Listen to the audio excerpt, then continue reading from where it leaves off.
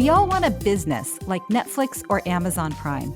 Businesses where once a customer engages with them, it becomes automatic and a part of their lifestyle from then on.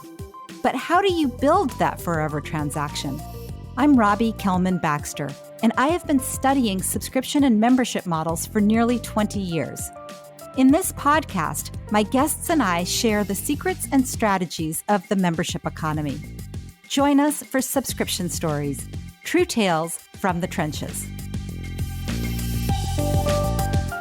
The world of B2B subscriptions has changed a lot since companies like Salesforce first paved the way for what would become known as software as a service.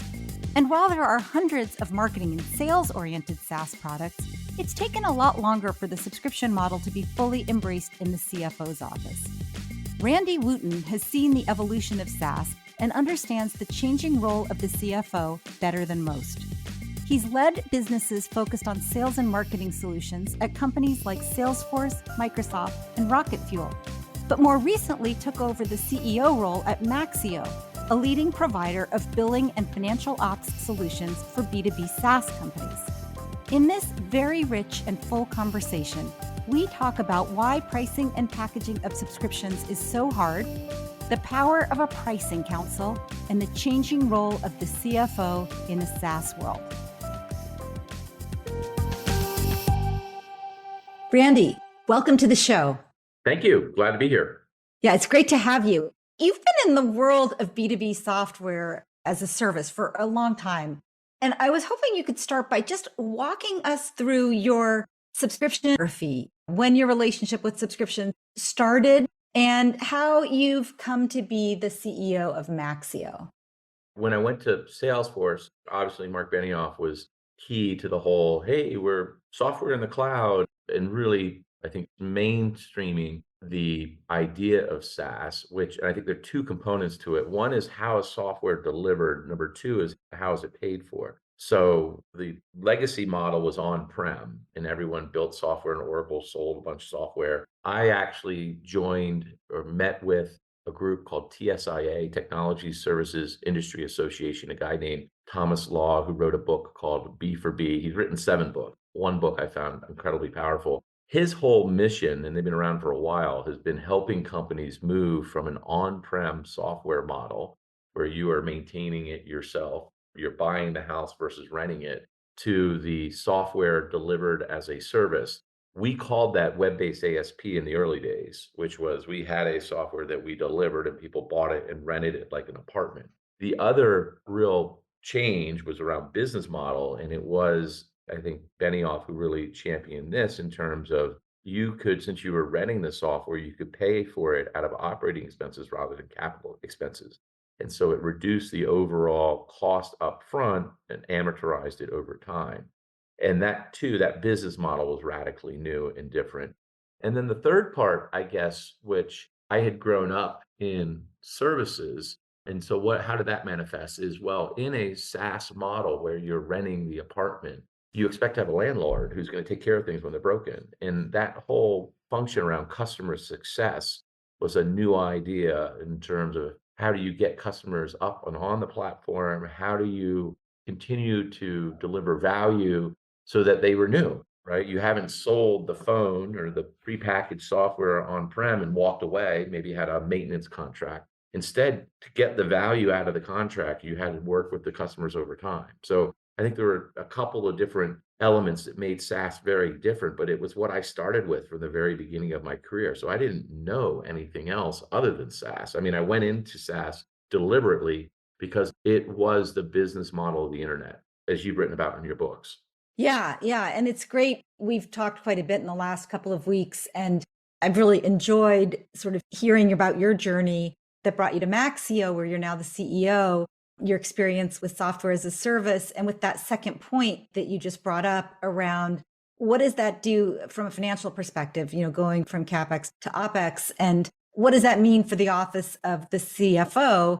Before we get into how the role of the CFO has evolved, I want to spend a little bit of time talking about how you align value with pricing, and kind of subscription is one step in that, but I was interested in how you think about the best way to align value and pricing, thinking about growth from a sales led perspective versus a product led perspective, and just what changes as you try to get better at aligning the value that your organization provides with the way that you charge for it?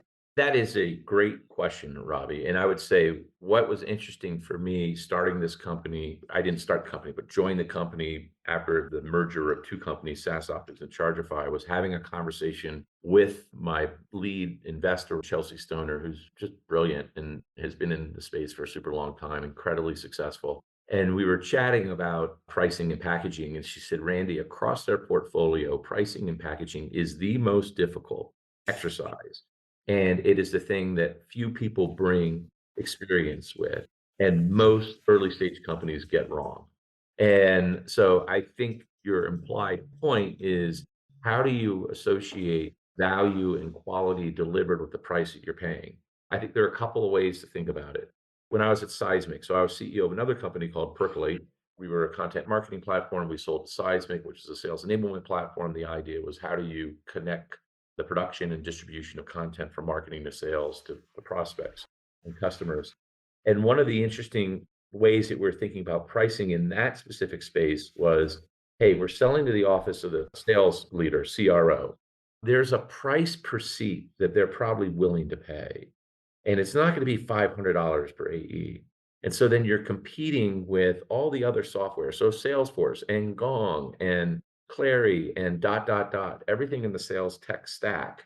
You're competing for part of what is the amount of dollars that someone is willing to pay for technology.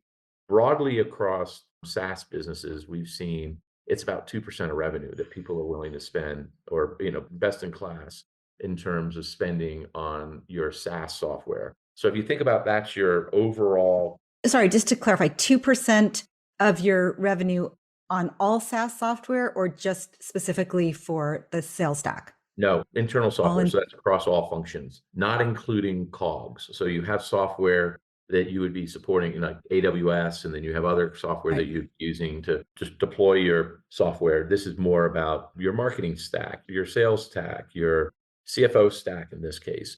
And within that, then you double click down on the sales in the specific example and say, okay, well, how much does that translate into percent of revenue you're willing to spend on sales tech stack? How much does that translate into dollars per AE? And then what's the relative value that you're offering versus Gong? I'll just tell you, Gong commands an incredible price point in that world around sales enablement, conversational intelligence. And so you're trying to chip away at that and increase your price. So that's one pricing strategy, is understanding what is the willingness to pay and the budget that you're competing with. The other strategy around pricing, which I think is more modern now in subscription business. So you have different types of subscription businesses you were alluding to. One is sales led, where you're doing a negotiated invoice, and obviously a sales team is doing it. And the price can come down to a combination of factors in terms of, what are you charging for the platform? What are you charging for the modules? What are you charging for professional services? Each of those components, you should have some understanding of your ongoing cost to serve or ongoing cost to deliver, so that you have a perspective on profitability and contribution margin. So that's one model. Product-led growth is people coming to your site, they get a free trial, they sign up, they're able to self-instantiate, and you have very little cost in terms of sales and customer success. And so you can offer a lower price product as you move them from a freemium to a trial.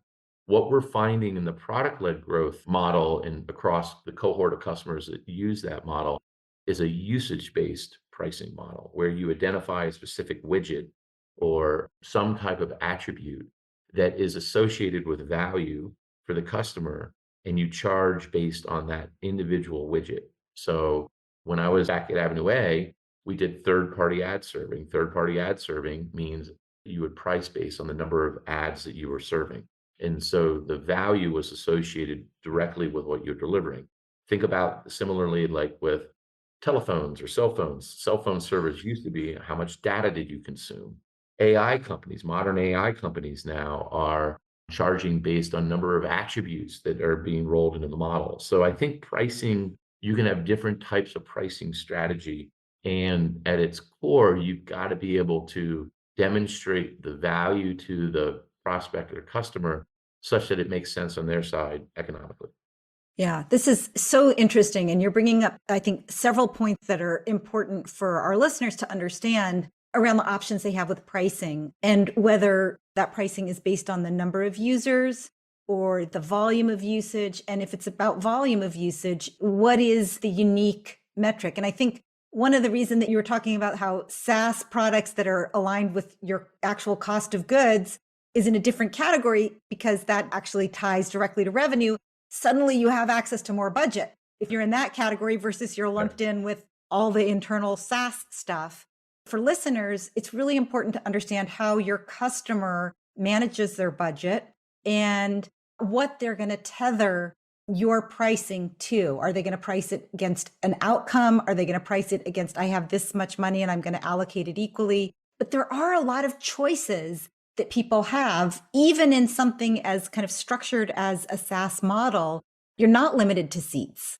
There's lots of different ways to think about it. And some of them are going to put you in a different category and maybe get you out of the fray a little bit. Yeah, so to that point, like Maxio, one of the reasons I joined Maxio was it has a different business model than the classic SaaS model, which is about seats, features, and divisions, meaning you expand a customer through either adding more seats, rolling out more features so you get your add-on and your Mhm. expansion, or you division hop. You move over to another division within that customer. So customer growth, how do you run customer success plays? How do you run renewals is very standardized. That's what I did at Salesforce. Microsoft, very similar. As I mentioned, Avenue A and Aquana, an advertising model was a little bit different. At Maxio, our pricing is based on percent of revenue because we're a billing and invoicing solution. So the faster a customer grows, we have different tier-based pricing tied to their trailing 12 months of revenue. It's really different. It's hard because with customers who grow very quickly, they're like, hey, I was spending $10,000 with you last year. Now you're charging me $60,000 based on my growth. Why should I pay that? And you talk about all the value that we're creating, the reporting and the insights and the revenue recognition and, blah, blah, blah. But still, it's a different type of pricing model, almost like a usage model in that regard, because you're tied to their revenue growth.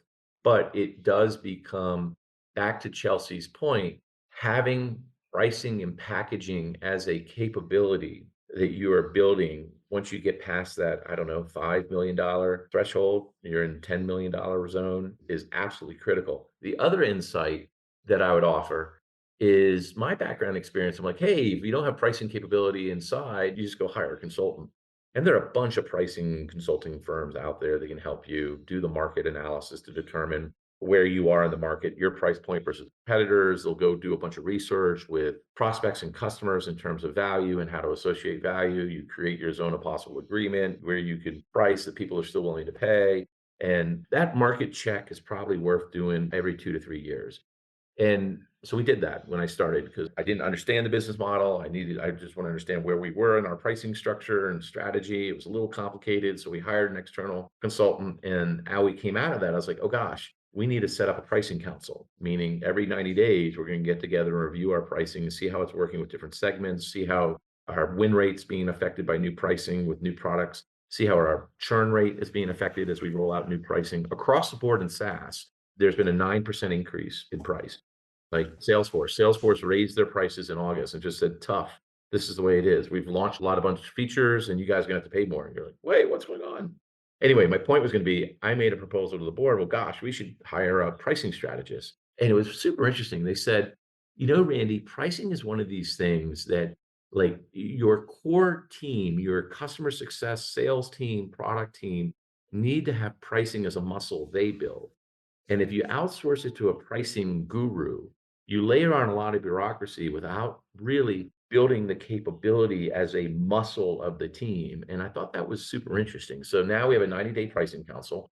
We get together. We've already found some really interesting things in terms of how we segment our customers. And, you know, this is the advertisement for Maxio. This is what Maxio lets you do if you're B2B SaaS in terms of understanding what's happening in terms of your revenue, churn, expansion by customer, by product, by segment, by region. And you can look at that level of detail to say, hey, what are we going to do with our new pricing and packaging? It's one of the biggest levers you can pull. And we're doing it collectively as an executive team versus having a pricing specialist. Yeah, I love that. And what I find really interesting is I haven't heard any practitioners talk about a pricing council. I've heard several talk about bringing in pricing expertise as a one-time thing every year or two, which is great. But this importance of having pricing as a muscle and having it be a differentiator. Mark Stiving, who's a pricing educator and consultant, talked about this.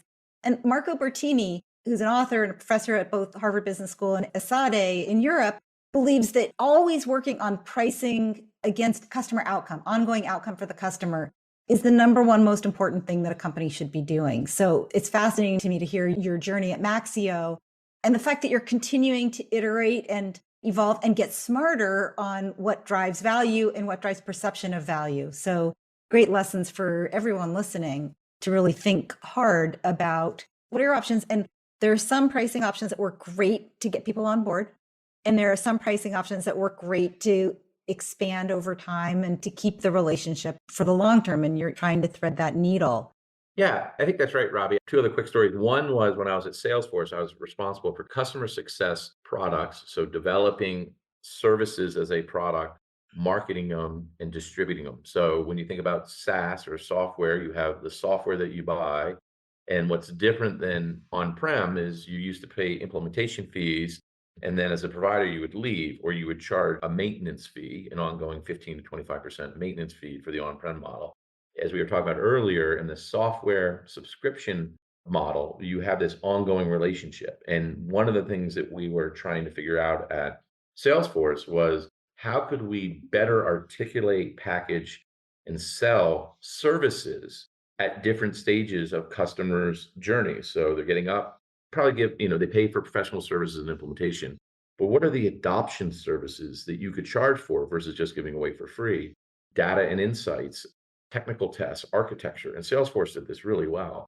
I brought in, to your point, a pricing specialist, and at Salesforce we had a lot of money, so I could hire someone and incredible background and experience who was a pricing expert for product and services pricing. So the first type of consultant I was talking about was more like a market check, where they go out and do a bunch of survey and they have a bunch of insights. But having someone I brought on board to help us with deliberate packaging and pricing strategy, what pieces of capabilities could you put in different packages and price it, was really powerful. Number two was the point you were making around value. So price is associated with a certain level of value. So how do you articulate that value? That's a messaging challenge. That's a positioning challenge.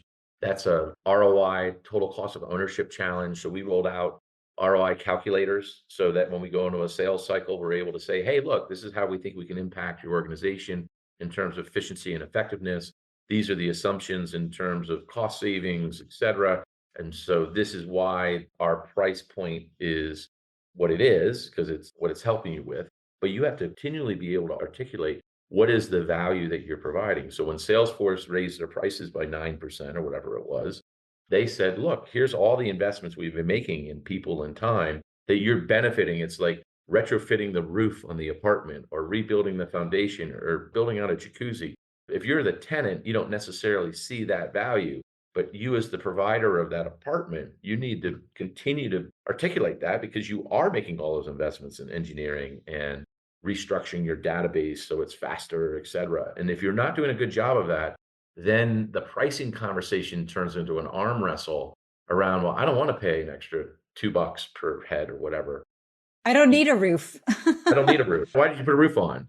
So this ongoing value realization has to be communicated through your customer success motion so that doesn't become a surprise at time of renewal where we're trying to pull the pricing lever and everyone else, all of our customers like us are in a contracting environment, super intense pressure to control costs.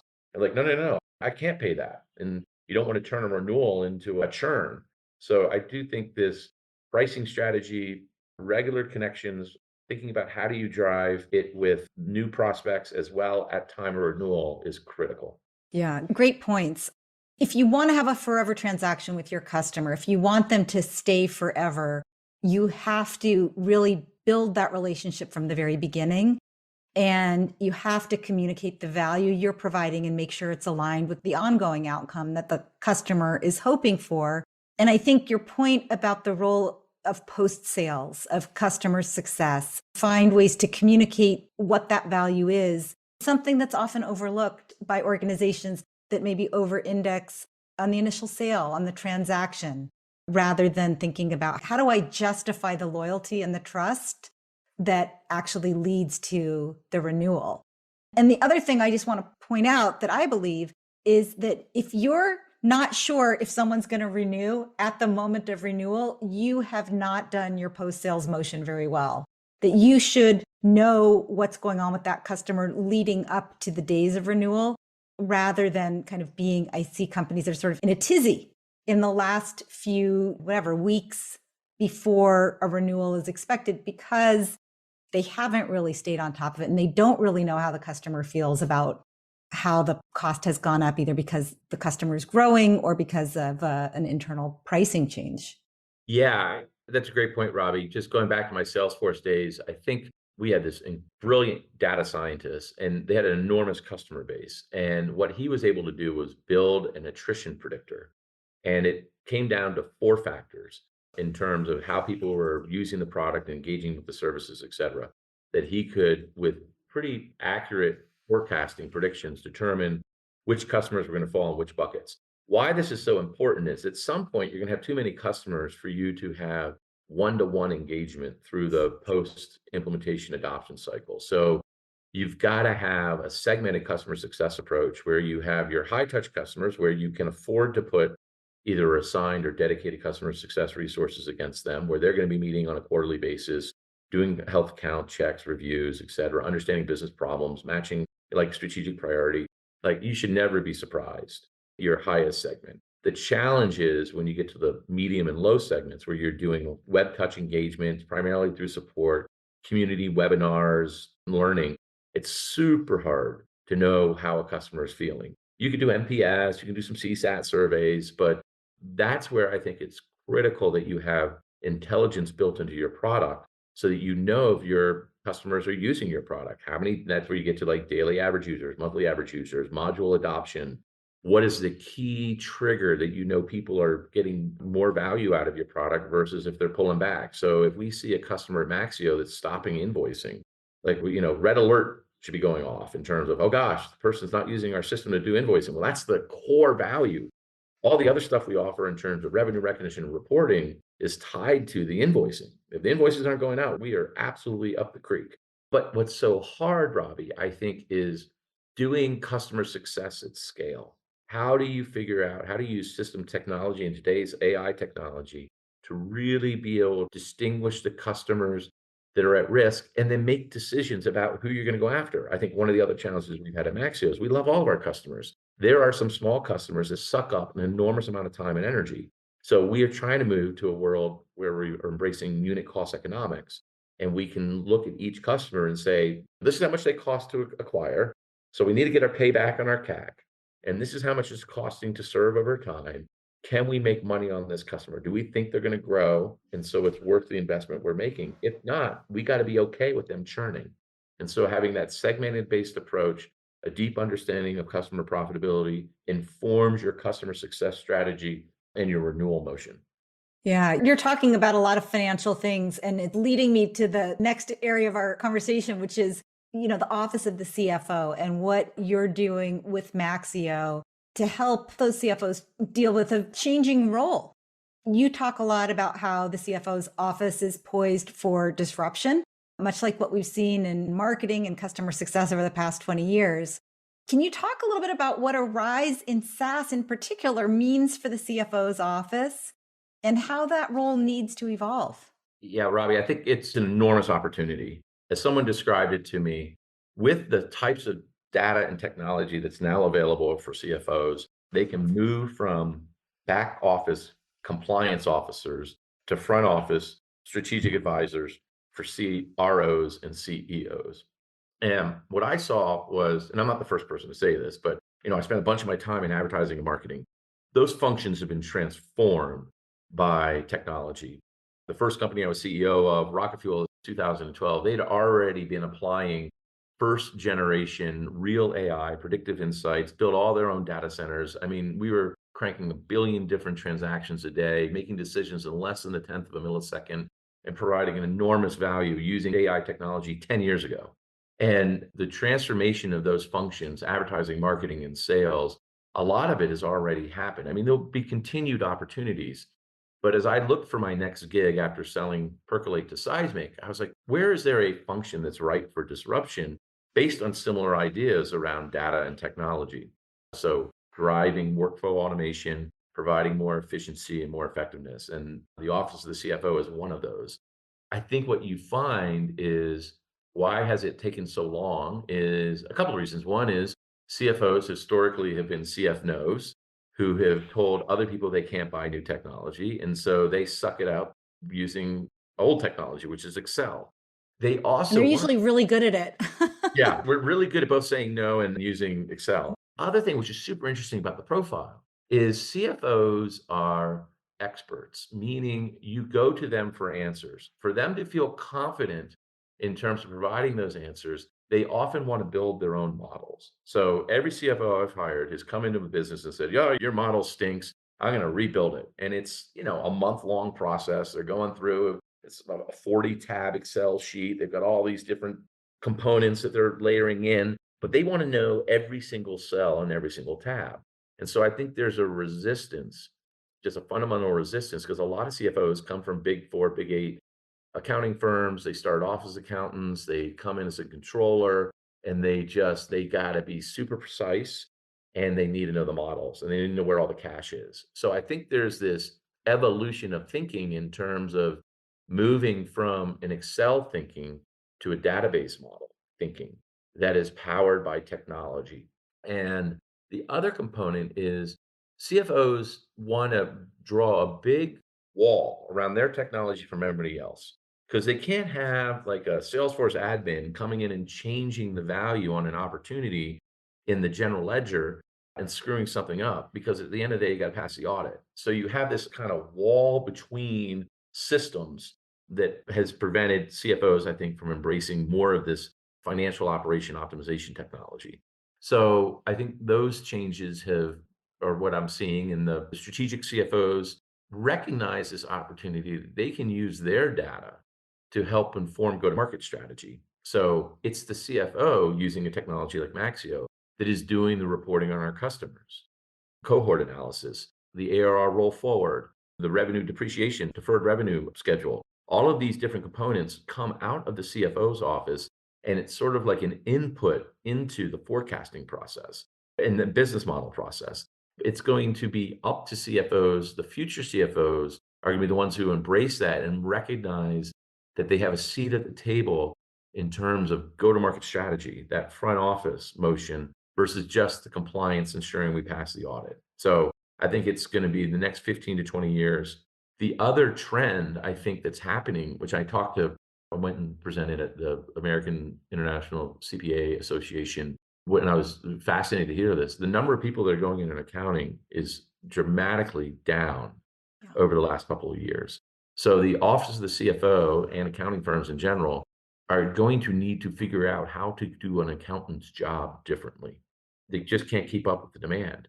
That is where technology services helps. That's where AI is going to help. You just can't throw bodies at the problems because you can't find the bodies. All the old CPAs are retiring, and the young Yeah. kids don't want to do it.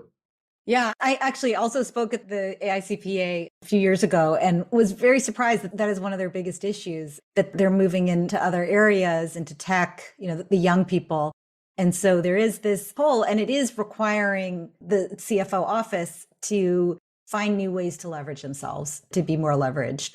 And I think the other thing that you bring up, which is so exciting for the marketers listening, is that many CFOs are finally engaging in a proactive, yes kind of way. Or as they say in the improv world, I'm taking a comedy class right now, yes and, Yeah. right? Where a CFO can say, yes, we can do that. And here's a way to do it in a way that protects our business even as we grow, as an alternative to the no, which kind of shuts down all creativity. Yeah. The other thing which is relatively new is capabilities in the FP&A space. So if you think about CFOs having two dimensions, they have their controller duties where they're producing the financial statements, They're ensuring you got cash, understanding your cash forecasting, getting you through the audit.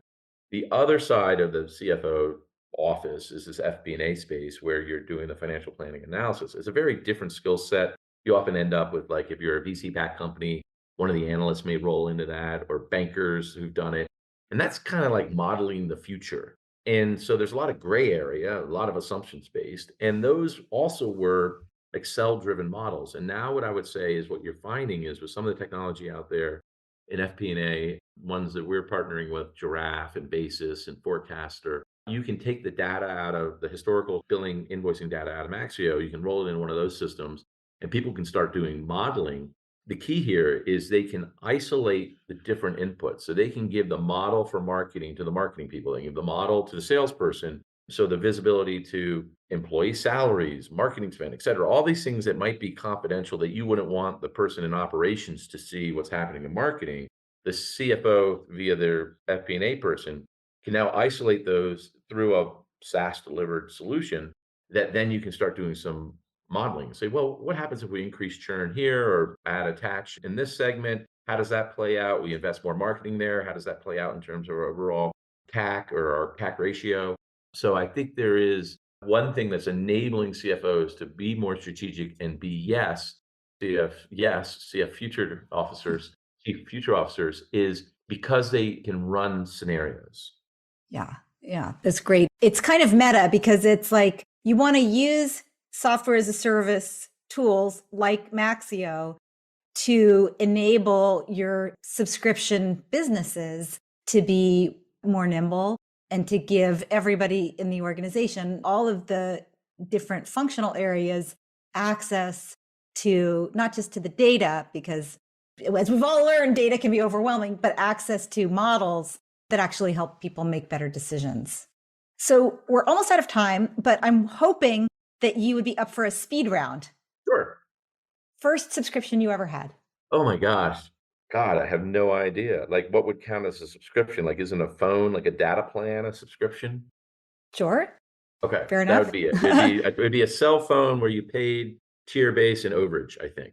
Okay. Favorite subscription you have now that you're paying for yourself? Okay. Wait, sorry. Wouldn't a subscription also be cable TV? So I think as a family we would Sure. have had cable TV. Okay, so that would have been the first one. Sure. The one I pay for right now, I'll give you two. One is Strava, which I love. It's for the weekend warriors to go out and do their biking or running, and you aggregate your results over the course of the year. You're able to have friendly competition. I think it's absolutely fabulous, and it builds a community. It's like a social service for weekend warriors. The other one, which isn't as well known, is called Carve. It's for skiing, and they have created pressure pads that go in your ski boots, and then you can track your skiing capability over time through your phone. And why this is so revolutionary is that I've been skiing my entire life. I used to coach skiing. I'm not that good. But the hardest thing about skiing is you can't see what goes on in the boot in terms of how pressure moves, balance, etc. And now with these pressure pads in the boot, you're getting real-time feedback in terms of how your turns are going and your pressure on the outside edge versus the inside edge. So both of those I pay for personally and just love them. Awesome. Well, we had the CRO of Strava on the show last year for people who are interested in learning more about Strava. And I think I need to get Carve featured because that's fascinating. And the use of hardware and software to provide a service is something I'm very interested in. So great one. Last question. Best habit you picked up in the Navy? It's going to take more than a minute, but in the Navy, there's a saying, lead, follower, get out of the way. And what that means at some level is first, you got to learn how to be a follower. And then the flip side of that is when you're faced with the situation, someone needs to be the leader. And that is, taking the lead on just making a decision or driving something over the finish line. And in the military, it's just very clear, like it's not contentious to say, well, are you going to own this or am I going to own it? What I found in the civilian sector is it was lead, follower, let's talk about it. And I was always like, why are we talking about it? And at big companies like Microsoft, you'd have these ongoing conversations for months at a time. And like, what is the decision and who's going to own the decision? So I think there was everybody in big companies thinks they have the right to the veto. Well, I'm going to say no, and I'm going to shut it down. Very few people are willing to step up and take accountability and say, I got this and I'm going to go do it.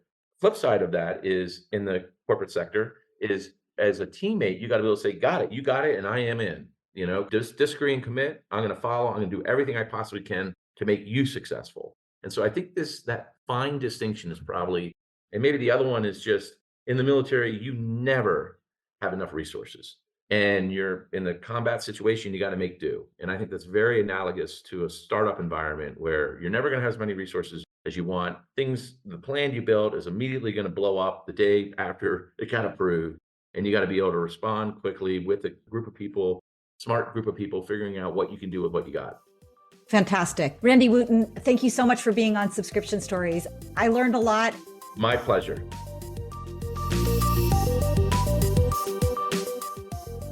That was Randy Wootton, CEO of Maxio.